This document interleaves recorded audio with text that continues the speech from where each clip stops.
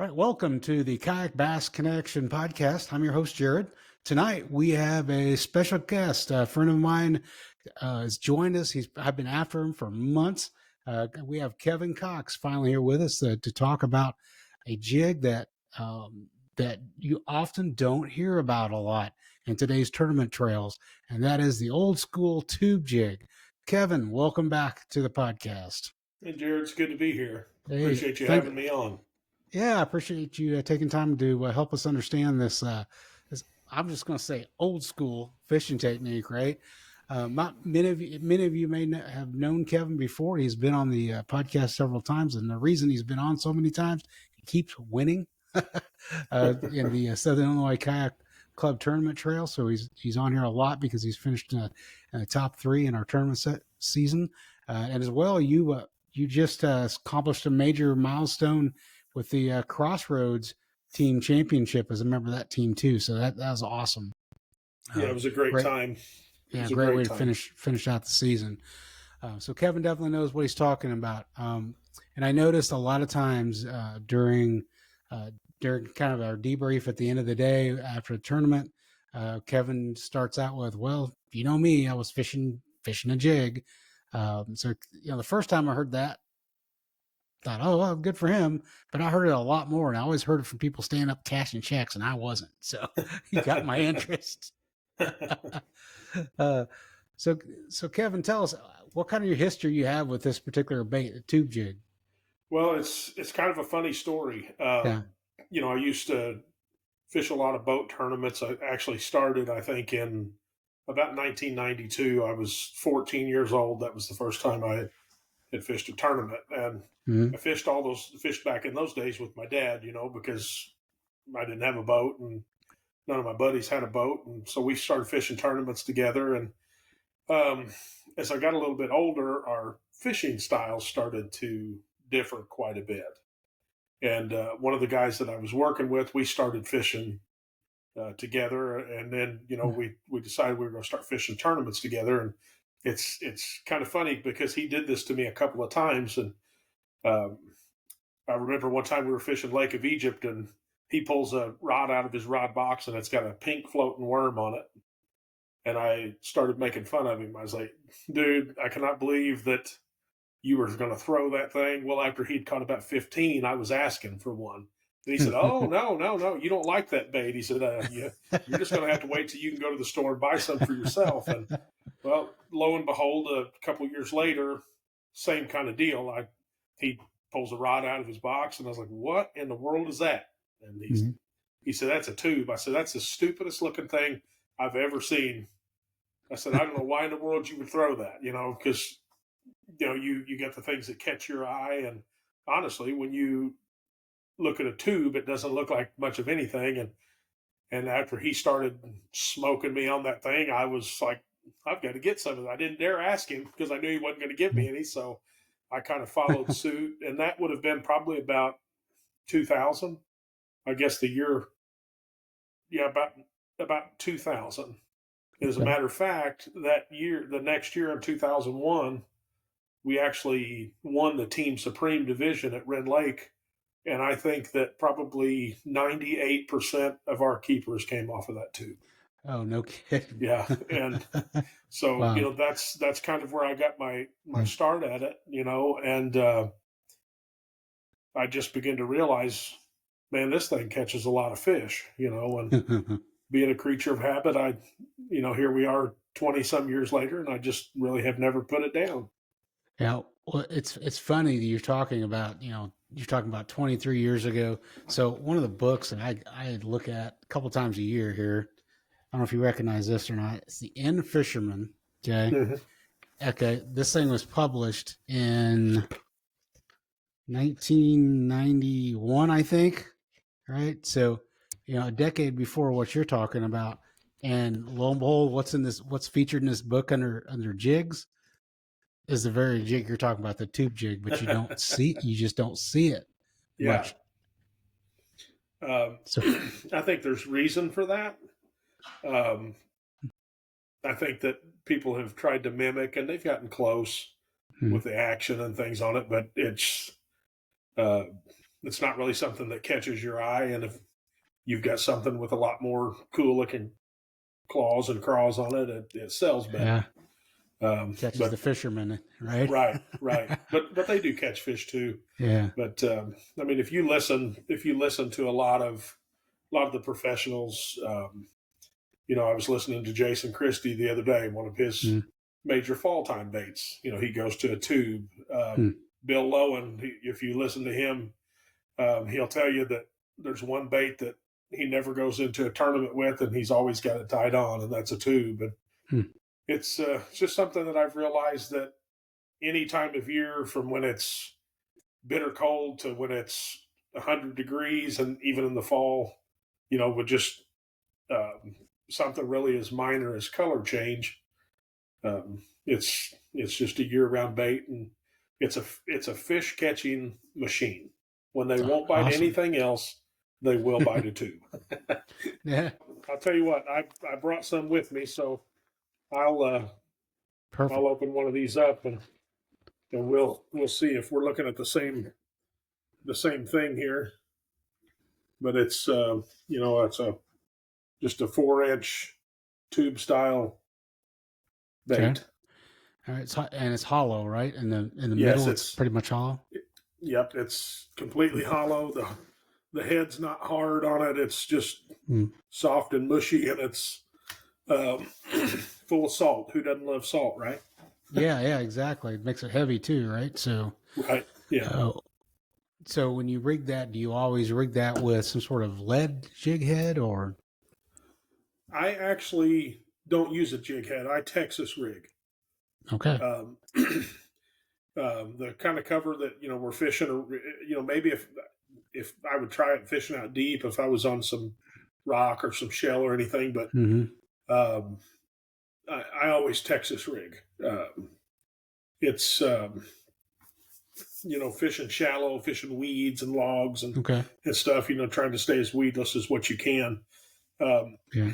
But yes, I fish at Texas rig, and I'll tell you that. Excuse me. You really learn some interesting tricks with fishing one for so long that um, you kind of learn what to do and what Mm-hmm. not to do. And I'll tell you, if you want, I can show you. I'll start with if you don't mind. Mm-hmm. I'll start with a hook Absolutely. that I use, and I don't mind to share this because they don't make these hooks anymore.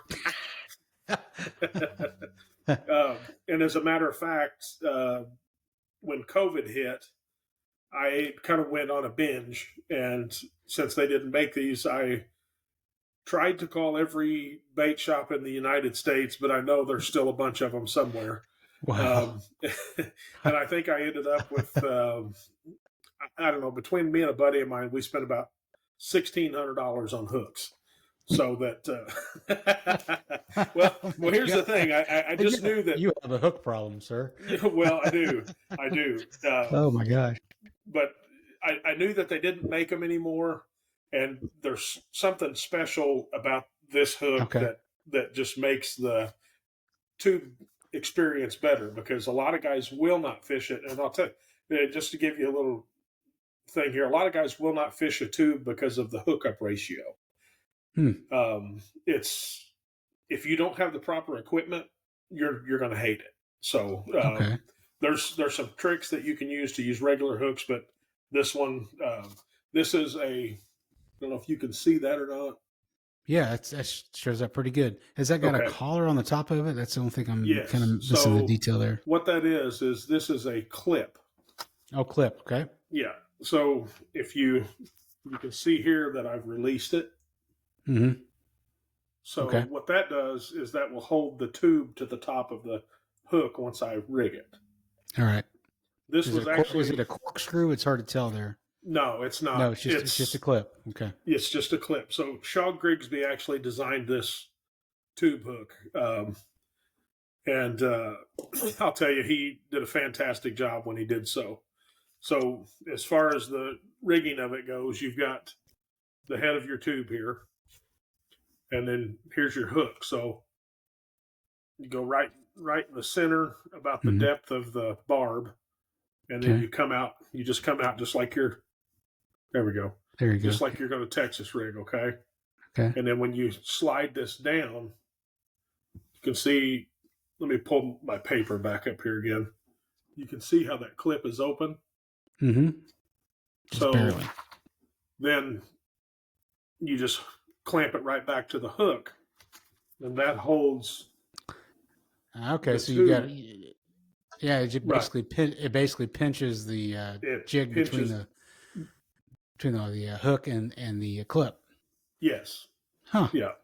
So, and then just like normal you Texas rig, you just run it out, and you can see that that hook rides right along the top of the Okay. tube. Um, it might That's take you slick. a couple times of going through to get it exactly where you want it. See, that's even a little more flat on there. Okay. So It I looks pretty Texas, weedless. yeah, it is. I'll tell you, you can get aggravated at it, but one of the things about this, another reason that the guys miss a lot of fish on a tube is because they'll take and then they'll bury the hook back in the tube. You can't do that with this bait, um, because when you set the hook, a lot of times that will pop through and it'll Hmm. stay in there. What'll happen is the hook will ball up inside, and you'll just be reeling at a fish with a closed mouth, and then when it opens its mouth, it'll spit the bait. Oh, So, okay. So so you gotta have that hook exposed parallel with the top of the bait then. yes, yeah. If you don't have it Okay. like that, then Okay. your hookup ratio is gonna go down really bad, and it's not gonna be a good day. So, but you can see too if you try to put a regular hook on a tube, what'll happen is the barb will come back and it'll curve too far down into the tube like Okay. this. Okay. So this one is designed to sit flat, to sit flat on there. It's like I said, Shaw Grigsby, He did it. he knocked it out of the park when he Yeah, he's designed a this bright. hook. I love listening to interviews with him. He's just a down to earth, no nonsense, get it done fisherman. Yes, yes. Mm, So nice. that's Texas. As far as Texas rig, that's how I rig the tube. Okay. I always use this hook, either a 2 or a 3/0 with So it. for those of us that weren't on the phone during COVID trying to find leftover stock of that was not manufactured anymore, well, what do you suggest people use now if they don't have those? um, you can they Trocar makes one and Eagle Okay. Claw makes one still, but they've changed the top of the hook. Okay. So those work pretty good, and you can actually, let me see in my box here if I've got a wide gap hook. I might have everything but about the junk in here. I didn't bring much. This is still my hooks from the Crossroads, and Okay. I didn't take it. I didn't take any wide gap hooks with me. So I are the hooks out there that are available now? Do they have those collars on them, or they have no, keepers on them? they have more of a keeper like that you would put on a flipping hook. Okay. Like the little black piece with the prong on it. Yes. Yeah. Okay. I Kind of think I like found them online here. yeah, Eagle Claw Trocar tournament hooks. yes, Let me see if I can bring yeah, up a picture. All right. You seen that one? yes, and Okay. Is that's a good hook too. okay. Um, That's close to what you're yes, looking at. that's very close. Again, it all depends on how you rig the hook. Okay. So I will tell anybody, since I don't have one to show you, Mm-hmm. if this makes sense, all of that black piece at the top of the hook Mm-hmm. has to stay completely inside of the tube. Okay. You can't. You would like with a soft plastic, you would run it out the back. All You know what I'm righty. saying? Yeah. So Okay. basically, the whole eye and everything has to stay in the center of the tube head on those hooks. It's And if not, it won't lay flat on your bait the way it's supposed to. but the eye would be exposed right on the outside of your. Yeah, tube, or would it you be can leave the eye exposed. Yeah. okay? Okay, so the only So thing keeping that together would be the keeper there inside. All yes, right, yes. interesting. So and also as far as rigging, I'm going to say that 90 98% of the time it's 3/16 ounce weight. Okay, okay, Um, it just seems to be what generates the far as weight that generates the most amount of bites. If you're fishing, like where was that? Um, the place up north we fished, Banner. yeah, Banner Uh, Marsh. I was fishing. It was brutal, but I was Mm-hmm. fishing 15 foot deep with a 3/16 ounce weight Ooh, because any other bait, any other weight was making it fall too fast, or okay. if I went to an eighth, it would fall too slow. It's just it's kind of an odd deal. But every once in a while, up in weight. Um, but to me, a 3/16 ounce weight affects Just the about fall right. of it and makes it the most fish catching. Okay. And another thing to notice on that too is you never peg the weight on a tube, because if you do, you Uh, kill the action. oh, really? Okay. Yeah, I know I'm giving away all my secrets, but I don't think too many guys are going to be running out and grabbing these things tonight. But Yeah. yeah, so just one of those things that you notice over the years. As a matter of fact, when I truly figured this out, I was living in North Little Rock, and I was working at a fishing store there called Fishing Stuff, and it was where all the pros came. You wouldn't believe the guys that I've met in this place. Classic winners, George Cochran. Huh. Several of the owners of Bass Cat boats. I met several people, and the Fishing Stuff had a Wednesday night tournament every Wednesday night. So I found a fishing partner. We started fishing, and I had two rods rigged up, and we were going down the bank, and I had the one with the pegged weight on, and I just wasn't getting a bite. And Mm-hmm. I put it down, and I grabbed something else, and didn't even think about it. And then I picked the rod up with the weight that wasn't pegged, and I started. Well, I went through a 25 pack of tubes in a 4 hour tournament, Oh, and wow. and I thought, well, man, there's really, really something to this. And I began to realize that when you peg the weight on this bait, it Mhm. kills the action. So just And I'll tell you, if you're in if you got a swimming pool or something like mm-hmm. that, um, if you just put one of these on a line with a 3/16 ounce weight and throw it out there and watch it fall, you understand really quickly Okay. why fish love it. So, Outstanding. So is there any time you fish it weightless, or do you you always know, use the?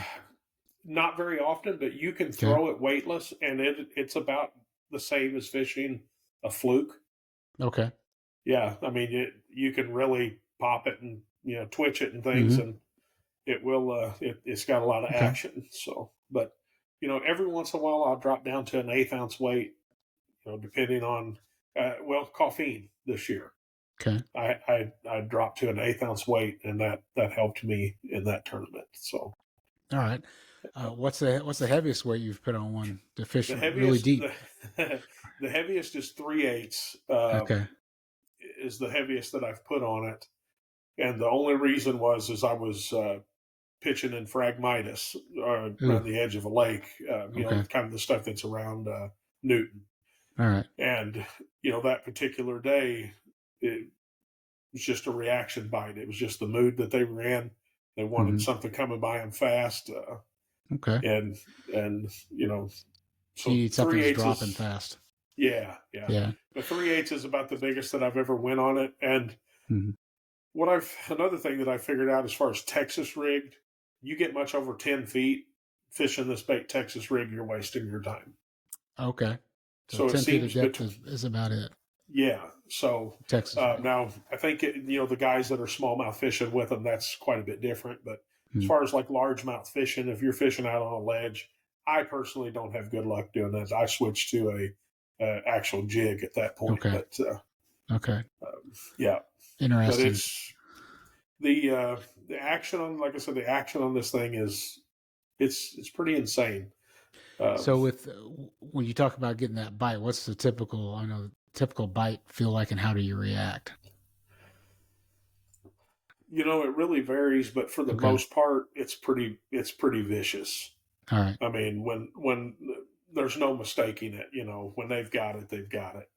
okay, It's either they're slack line, they're hitting it on slack line when you pick it up, or you go to hmm, pick it up and they're 10 foot off to the side already. okay. They don't mess around with it. So So let's talk about where you're using these at. What kind of cover? You already talked about heavy grass. Um, what about wood? Is this going to get it's it's a it's a really good bait for wood, okay? but not being able to bury that hook, it will get frustrating on you. Yeah, yeah, Because I it can see seems that. like you can get hung up a lot, but if you choose your cast and you try to be particular about what you're Hmm. doing, it's really really a good bait in the wood too. All right. I think the place that it shines the best is gravel, gravel and rock. Okay. To me, I All right. think you you're going down a bank and you're fishing a mud bank, flipping logs, and you come across a little patch of rock. It's like candy. All right. So Talk. You said candy. So, what kind of colors or do you prefer? I saw you got green pumpkin there. You had up, I think, yeah. a while ago. So I'm very very basic when it Okay. comes to fishing a tube. When it's cold outside, it's black red flake. Okay. I'm talking water in the high 30s to mid 50s, and 60, right around that range. Hmm. That black with red flake is, to me, is the hardest to beat. There's something Okay. about it that time of year. Actually, the biggest bass I ever caught on a tube was in February. Um, it was 8 pounds even, and it was on a Oh my black gosh. red flake.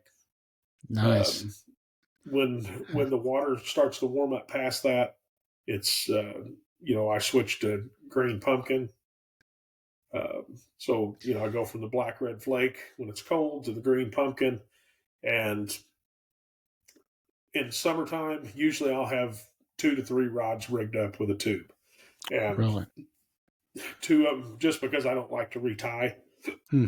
Excuse me, Hmm. and then I'll go from back and forth from the green pumpkin to the smoke purple.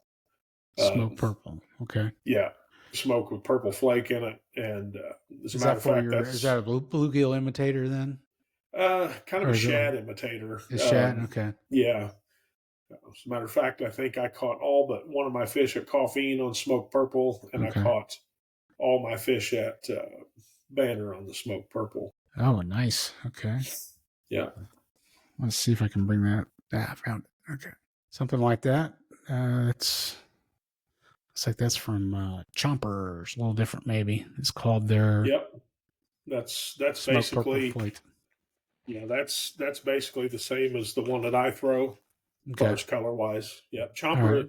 Chomper is a great tube. That's actually the brand that I started using. Okay. Um, that's the brand that I started with, the 4 inch. Um, What's your they preferred make a brand very now? okay. So I have to say that all tubes are not created equal. Okay. The one that I prefer now is a place out of Arkansas. It's out of Batesville. It's called Right Bite.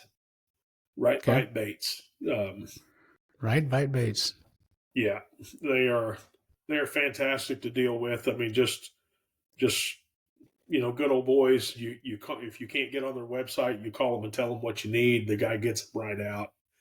They sell them in bulk. I usually buy 100 to 200 at a time. You know, Yeah. um, Yeah. That's pretty. but That's pretty good deal. If I'm looking at their, let's see, I'll bring that up. yeah, Looking at their great website plug for now. them. I like I said, they're super good to deal with, and they hand pour all these. They're salted like crazy. Yeah. I Yeah. mean, pretty reasonable prices too. So, Oh yeah. Yeah. for 10, look at all the colors they have there. Yeah. Nice. And Nice. I always like to like see these small companies, get business instead of buying stuff that's made in China and Right. Uh, yeah, it's I just agree. I actually, when I was, like I said, when I was living in Arkansas working at fishing stuff, they mhm. sold these in bulk and in packs of 20, and that's where you got turned on to these, and I just Okay, I was using choppers before and started using these, and I just fell in love with them. They're just great baits. awesome. Okay, so we've talked a lot about what you fish, how where you fish them at, when you fish. So what kind of equipment are you using? Um, Generally, I know you said you usually have several rods already lined up with different tubes on them, but what kind of line and rod are you using? Okay, so I actually use the Dobbins Champion series, Okay. and I use a 735 series. It's some guys think it's really heavy. I don't think it is. I think it's Mm, labeled a heavy action. okay. 7 foot 3 inch 5 power rod. It's got a lot of backbone. The super sensitive tip. It's Okay. uh, Shimano SLX XT reels, All right. and 98% of the time I use 20-pound fluorocarbon. Hmm. Um, just about everywhere we fish. A couple, every once in a while I'll drop down to 17, but 20 is just my deal. I don't worry about breaking it. Yeah.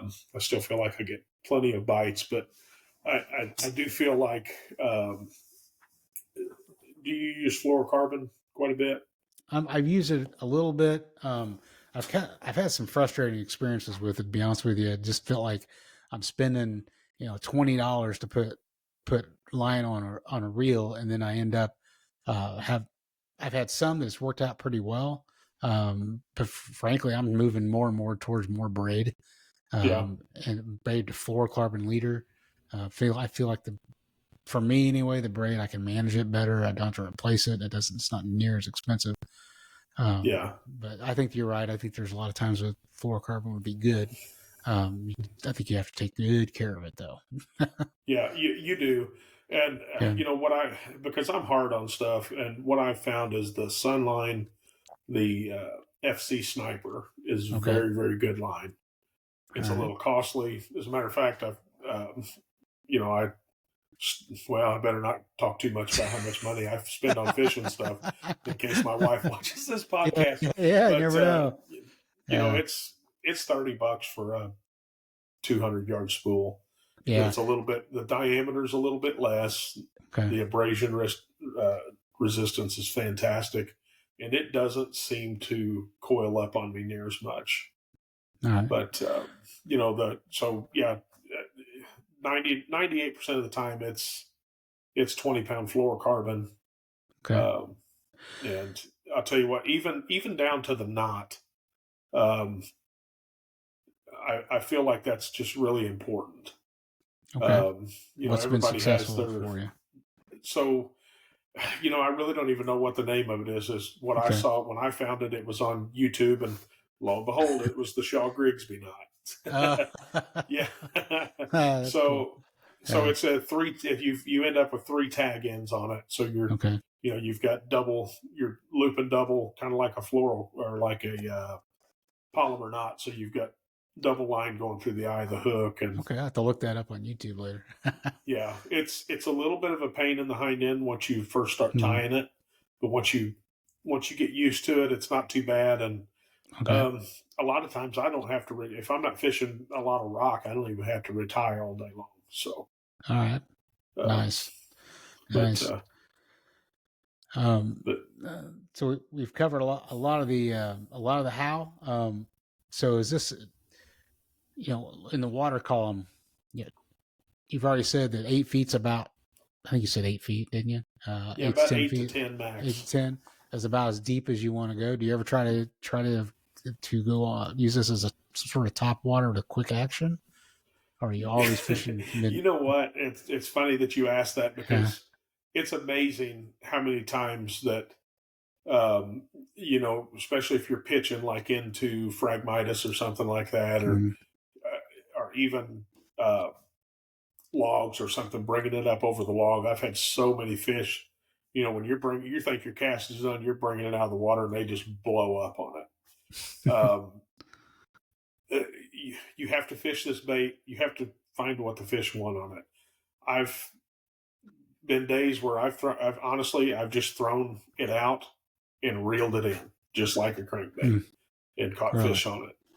There's days that it's been so painstakingly slow that that it just feels like a cast takes 20 minutes. But most of the time it's pretty well just. I'm not a big hopper and jumper on the bottom. I really don't work stuff like crazy too often. I think Jonathan even kind of talked about that with the jig. When we were talking at Crossroads, and to me, there's just the drag. I'm just a steady drag with it. Okay. So you're maintaining body contact, but you're just dragging it. Yes. You're just dragging it on the bottom. Yeah. Feeling for every little obstruction and hit, yes. obviously. Okay. Yeah. So it's a tight line pretty much the entire time. Right. And there's and then there's days that I kind of trailed away from your question there about the topwater. No, that's okay. No, absolutely. There's a lot of days that if you're fishing it on a grass edge, snapping it, you can hop it up off the bottom and they'll hit it on the fall. You hop it up off the bottom and just you pull it up, let it fall, rip it up, let it fall. There's a lot of ways to. Really, you could do anything with it, in my opinion. Real versatile. Yes. You take the weight off of it. Like I said, you can fish it on top or like a fluke, and that's fact. Even when you reel it in, it doesn't just come straight to the boat. That thing's constantly trailing through the water and moving, and it's just very natural. So it kind of searches on its own. Is that kind of what I mean? Yeah. All right. As a matter of fact, I think I saw a video that John Cruz was talking about the D-bomb. And what he did is, I think what he said is he worked on that bait to try to get the action of the tube with a hookup ratio to where, it was, people could catch more fish. So, and I think that's one of the reasons why that D-bomb bait is so absolutely deadly. Yes, well. I heard a lot of people using that successfully. Definitely. Wow, that's a lot of information there. That might have to give me some of those hooks. I know a guy. Now it looks like there's some workarounds there for those of us that don't have a private stash anywhere. But so you need you said medium heavy, or you're using heavy action. You're using 20 pound fluorocarbon, fishing anywhere from the top to 8 to 10 feet of water, maintaining body contact, and it's all in the rigging. Is that good summarization? It's all in the rigging. All in the what? All in the rigging. Yeah. You gotta have the right weight not to kill the action. Don't peg it. That'll kill the action, and you'll have issues, right? Yes. Yep. So you think, is that it's just. Go ahead. No, is that 8 pounders a heck of a fish, especially for Illinois? Is that the biggest fish that you've caught on one of these tube jigs? It was 8 even. That's the biggest I've caught on a tube. That's incredible. Yeah. You've had a lot of luck at a lot of our tournaments with it. I know that. Yeah. I've been very fortunate. I'm just kind of a firm believer that, you put something in your hand you've got confidence in, and you fish it until you know not to fish it. And there's not been Dalton and I were fortunate enough last year to catch a limit in every tournament. And I can tell you that every fish that I bumped, or every fish at Newton that I submitted to the final submissions came off a tube. Wow.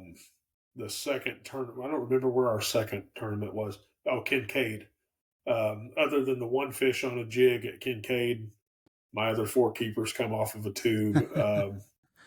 Yeah, Man, really only the only one I caught two on it at St. Chris, a couple on a crankbait there.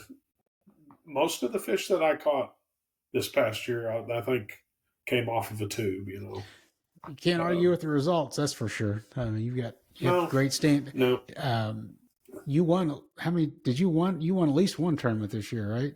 How many no. did you? I thought you won at least I, one. I wanted to real bad, but Yeah, I just couldn't. I just I know you were up there in the I money, really, I but really didn't. I guess I couldn't say that I really missed any opportunities to. Mhm. I don't want to be that guy. So, oh, if I would have done this, I would have won. But Yeah, I just really didn't. A lot of the lakes that I went to this year was the first time that I had ever seen them, yeah. and going cold, you just kind of gotta Oh yeah, that's hope for that's that's hope for the tough. best, Yeah, that's um, real tough. and to go along with that, I mean, let's just face it, we've got some straight up studs in this Yeah, club that we're in. there's serious And competition. Yeah. yeah, and I can tell you that if I'm able to win one of these tournaments, it will mean more to me than any other success in any other tournament that I've won, just because the quality of fishermen that we fish against. Wow, that's saying Uh, something. You got quite a yeah, and history, so that's. it with the history, yes, Mm, it truly is. These mm. guys, I mean, I had 86 inches at Newton, and I thought that I had hammered it, and I think I was in fifth place or sixth place, and then you get 80 something somewhere else, and you think, Mm-hmm. oh well, then you're in fourth place. I mean, these guys, man, yeah. Yeah, So they just catch them, yeah, and I truly mean that. If yeah. if I'm able to win one of these, I would feel better about that than any Oh of yeah, the other it's quite ones. an accomplishment. And the Yeah. great thing about it is, again, I think every episode, like we kind of we give a little mini commercial for a Southern Illinois Kayak Club Tournament Trail. But yes, there's really serious competition, but nobody takes themselves too seriously, and it's a really Right. Right. really friendly group of guys that they may whoop you, all right, but they're going to joke all the way to the bank, I guess. Oh yeah. Absolutely. So it's and I guarantee you things, like you being very successful in our tournament trail, coming on and talking about some of your secrets and your most confidence baits. I mean, that's not going to happen anywhere else. It's just No, it's not. not. And it says a lot about you as a person and your willingness to help other folks get better at what Yeah. they're doing. So we appreciate you doing that tonight, Kevin. That's been a big help for me. Just doing these interviews, or I've really picked up on a lot of stuff that I think is going to help me down the road, and hopefully the people, the two or four people that watch the podcast, they're going to pick up some of that too. And if they don't, man, too bad, because Yeah. definitely I know I'm going to. Well, hopefully we get the schedule out soon, Yes, and yeah, when we get to meet up again here in April or whenever, I think April hmm when we'll start. yeah, I might March or just have a April. little prize pack for you. So Yeah, there you go. Awesome, maybe outstanding. I'll hook a friend up with a pack of Yeah. hooks I appreciate that, and some buddy. tubes. So, but I want to thank you so much for taking your time. I know it's a busy week. We're approaching the holidays, and I know you got a lot of things going on. And God bless for the work that you do every day, and both for your church and for your construction business. yeah, I But thank thank you for you. that. Thank you. Thank you for the time, sir. All right. You have a good night, partner. We'll let you go. All right, thank you. All You right. too. Take care. Good fishing.